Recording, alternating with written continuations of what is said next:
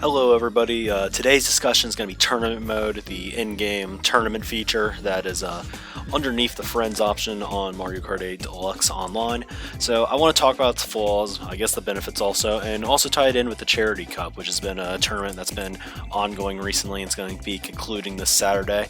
Highly encourage that everybody check out the final as it will be featuring some of our community members. But anyway, start with tournament mode. Obviously, online way of hosting tournaments. You get a leaderboard, you can join lobbies and stuff, play some games. Nintendo's idea, it's like this is how you run tournaments in Mario Kart 8 Deluxe.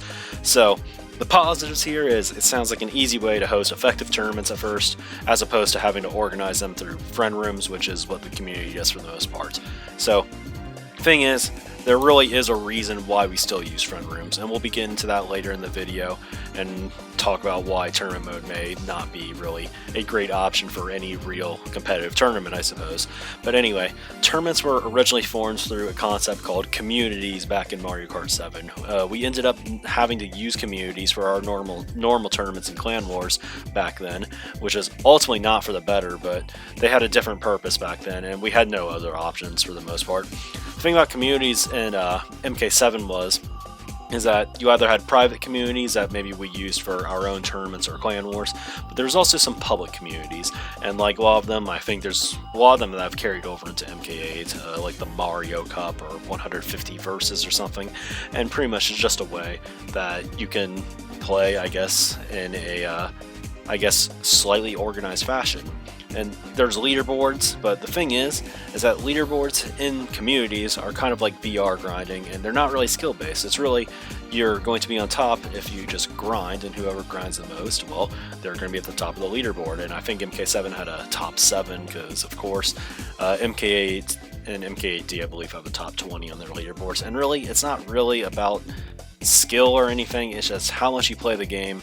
And obviously, that's not how you really want to have a tournament, because you should be, I guess, wanting to reward skill more than just playing a lot and letting people have an active life outside of the game, obviously. So, when it comes to running MK8 tournaments on the tournament mode, you have to have race limitations. So everybody has to play the same amount of races. Whoever scores the most amount of points in those races, obviously, they can be a valid winner because they outscored everybody and everybody played the same amount of races. So it's fair, right? And you no longer have to know life in order to win, correct? Well, not exactly. So the thing is, we all know endless mode still exists in MK8, but it's a waste of time, and because we have the options now, we can make tournament mode better. So the race counts is the saving grace, because you can give out like a time window, tell everybody to join, and they can have a reasonable amount of time to play, I guess, a certain amount of races within a certain time, and then it's all fair and everything. So, you know what? Nintendo is like, yeah, we know that we should all have the same amount of races, so we're going to introduce a tournament called, or I think Nintendo of America did this, they're like the Mario Kart 8 NA Open and stuff. So great, we have a tournament where the winners and stuff get $25 gift cards to the thing. So that sounds great and everything. And the problem is that Nintendo, like a lot of other times, never seems to listen to feedback, and they make very stupid decisions. So as you can see here right now, we have a discussion thread of the recently announced Nintendo Open, whatever it is, on Reddit. There's one in the past that we all played because, free money, and the thing that sucked was it was dreadful, just absolutely dreadful. And the thing is, Nintendo does not use bots in their room, because, why would we have computer players, obviously? So the thing is, as you can see here, we're watching a discussion with a bunch of people that I don't seem to recognize, I believe. The last Open I participated felt weird. The tournament is limited to 24 races, but every race doesn't have a fixed amount of racers. So if you win with 4 racers, you win far fewer points than a race with 12 racers. And you can't control the amount of racers, so it's based on luck. And this is a good take, because wow, if you win a 4-person room, you get 5 points. But if you are lucky enough to get into a 12-player room, you literally win the same amount of points by placing 8th place. 8th place gets you more, like, an equal amount of points than first. And that's where you can start seeing the problems, because you start realizing that what you do in the race doesn't really matter. You need to be finding rooms constantly that have the most amount of players, or else you're doing it wrong. So when I played in the last Open, because I wanted to win money, I realized that I have to leave almost every lobby I was in and try to find ones with more players. And you aren't always going to find full rooms, so if you find a one-on-one by pure chance, you're screwing yourself effectively by playing it. So, yeah, then the guy responds, Nintendo having wonky or outdated online matchmaking? Unheard of, yeah. Sarcastic comment. I guess well said, I suppose. Then here's the funny comment. You gotta realize this is the same company that wants you to connect headphones to your phone in order to speak online in some of its games. And completely valid, just pointing out Nintendo. We love them. They make great games for us, but they are so frustrating. They make completely frustrating decisions. So it's just something you have to deal with this. And yeah, so the thing that bothers me is a lot of people are realizing that this is not a good idea. But then you got this guy near the bottom. And this is where the fanboyism really gets to me sometimes, because if you don't hold people accountable, things will never change. But not enough people do. So it's really frustrating. So this guy says, it's Mario Kart though, so isn't it largely luck-based as is? Given the multiple racers and weapons available, winning races isn't exactly 100% based on skill. And, well, this is a devil's advocate thing, but it just doesn't work. This comment does not... It just does not work. And it's because, thing is, yeah, there's luck involved in the game, but there's still a difference between having luck in a game and having a fair competition. If everybody goes into the game, the races, with equal odds, then I would argue it would probably be a fair competition. But in this instance, you are effectively screwing yourself by playing certain rooms, and with the time limits, sometimes you actually cannot just find full rooms on time. So, this is the debate here, and this is really what kind of got tournament mode its bad reputation at first. But, you know what? Let's move on, I suppose, because there's one more thing. There's an obvious fix, I suppose, because what makes this format work better? Obviously, you have to include bots in order for people to not have to waste time finding their full rooms, because that becomes more important than actually winning races at a certain point. So bring in the Charity Cup that we've recently been talking about. So a great opportunity, but was it a fair tournament? And my answer is unfortunately no. I was happy that it was a more competitive format than the NA Open that Nintendo hosted, and they did everything really right as far as formatting in a tournament mode system. But the thing I'm going to argue here is, but even perfect tournament mode rules, they just don't work in reality, and that was the mistake that I believe the tournament made. And though it's not as BS as before, it's still not good, because I guess the other credit I have to give is that the level of competition was definitely noticeably higher in the Charity Cup than it was in the NA Open, but at the end of the day, I don't believe that this was a valid competition. I know the thing that sucks here is that bots interfere in every race, and the thing is, in tournament mode, it's literally worse not to have them, but the fact that in order to have a slightly fair competition, you have to include them because the point distribution matters that much, because it's not like MKDS or MKWii where first always gets the same amount of points. So, smaller rooms are still better because small rooms are still better than the full rooms, which is the opposite of the last one, because getting first is all that matters. So if you find less people, you can still get your 15 points by just beating one other person, perhaps. So this format influences people to seek less good competition, not more.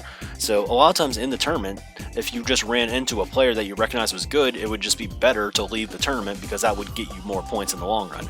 And players without a chance of winning aren't really they're going to be even more of a negative for the players who are competing to get in than it is in any other really tournament format, because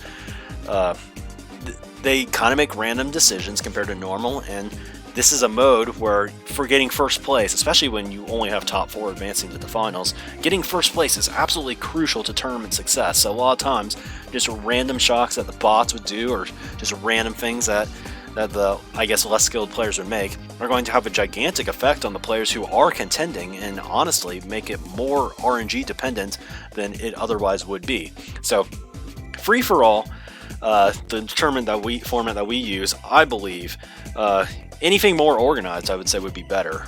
You will not win an FFA or get top 4 without elite game sense. you just will not get lucky enough. It's very hard. At first glance, it may sound ridiculous to support a format that allows so many people to advance round by round, but I would say it has its advantages while still promoting competitive integrity. Expecting elite players to predict weaker players' item use is a little bit random and kind of doesn't reward skill as consistently, I would say. But and I don't know, like having weaker players, as harsh as it sounds, can dumb down a room. They can get better, of course, but you know, they have to be challenged, I would say. Maybe weaker players will be able to pass through some rounds, and you would argue, hey, that's not good because they need to get like top 4 or something. But the thing is that even if they do get past these rounds, it's still going to be impossible for those players who rely on barely scraping by in 5th or 6th place or in the top half to really win these tournaments. It's too hard because the level of competition ultimately gets too high later on, because you guarantee that at the end of the tournament you're going to have the toughest competition there is, while in a tournament format you can scrape by just avoiding all tough competition to get the highest points possible. And you know, you can't team up with other players nearly as easily because the level of competition becomes more vicious as the time comes. So to actually get top 4, teaming is almost unviable because you got to actually make the optimal plays and look out for yourself. And it is true that in FFA you can still have an easier road to first place because you can just roll easier rooms perhaps to get to the finals. But harder roads can actually become like they can actually be overcome, unlike in tournament mode where rooms are really what mainly matters. Because even if you did have a harder road, if you still get to the finals, those people who had an easier road, you can just beat them if you're truly better than them, if you can just make it there. You just have to keep persevering and getting through the tournaments. So the thing is, free for all friend rooms, that's the way to go if you want to run a more fair tournament, in my opinion. Does tournament mode have value? Maybe. It's certainly easier than setting up free-for-alls because the game does the work for you, but it is not a method that upholds competitive integrity very well.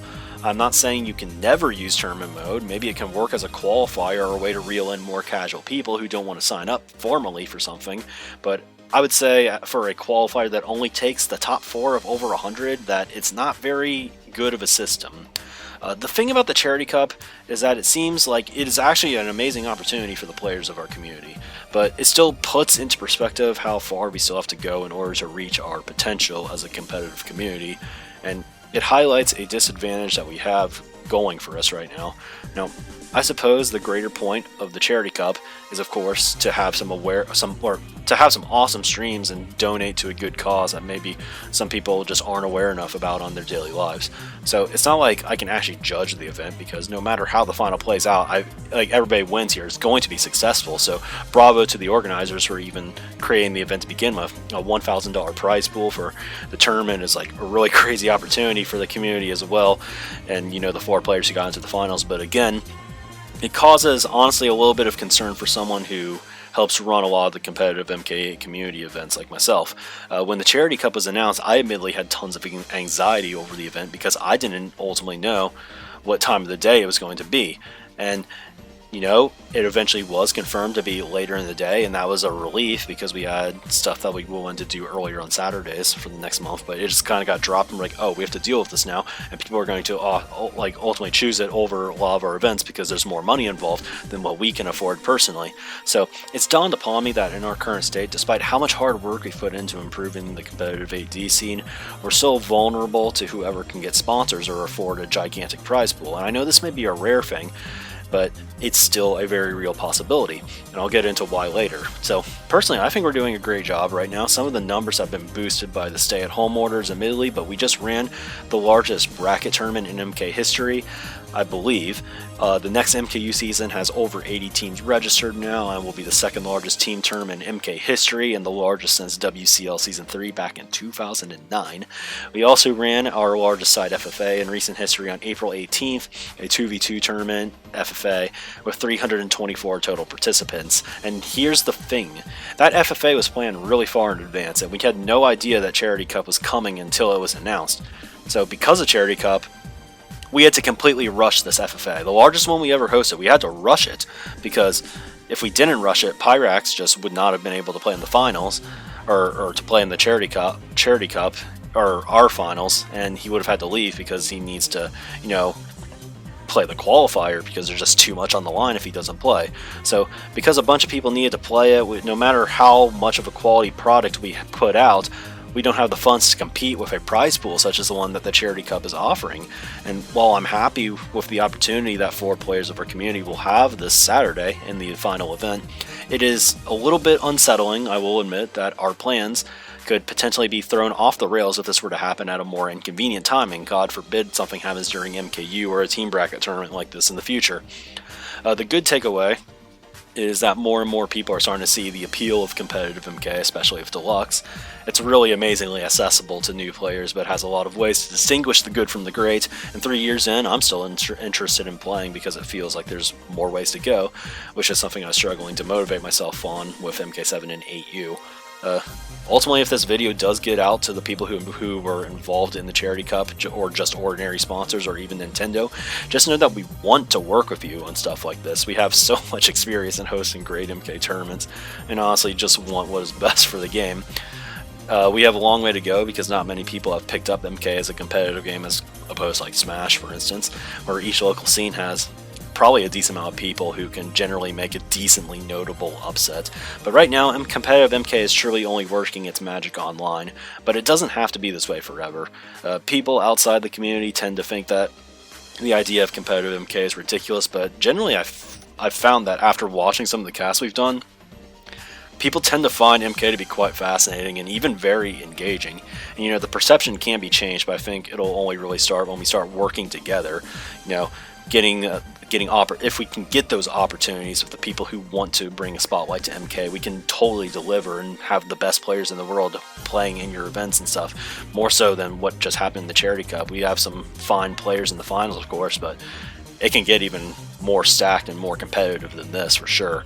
And you know, I think it'll really only start, I guess, when we can start appealing to a larger scale of people, and I think that's a goal in the future. I think I'll eventually do a follow-up, I guess, on the state of IRL MK tournaments right now, or eventually.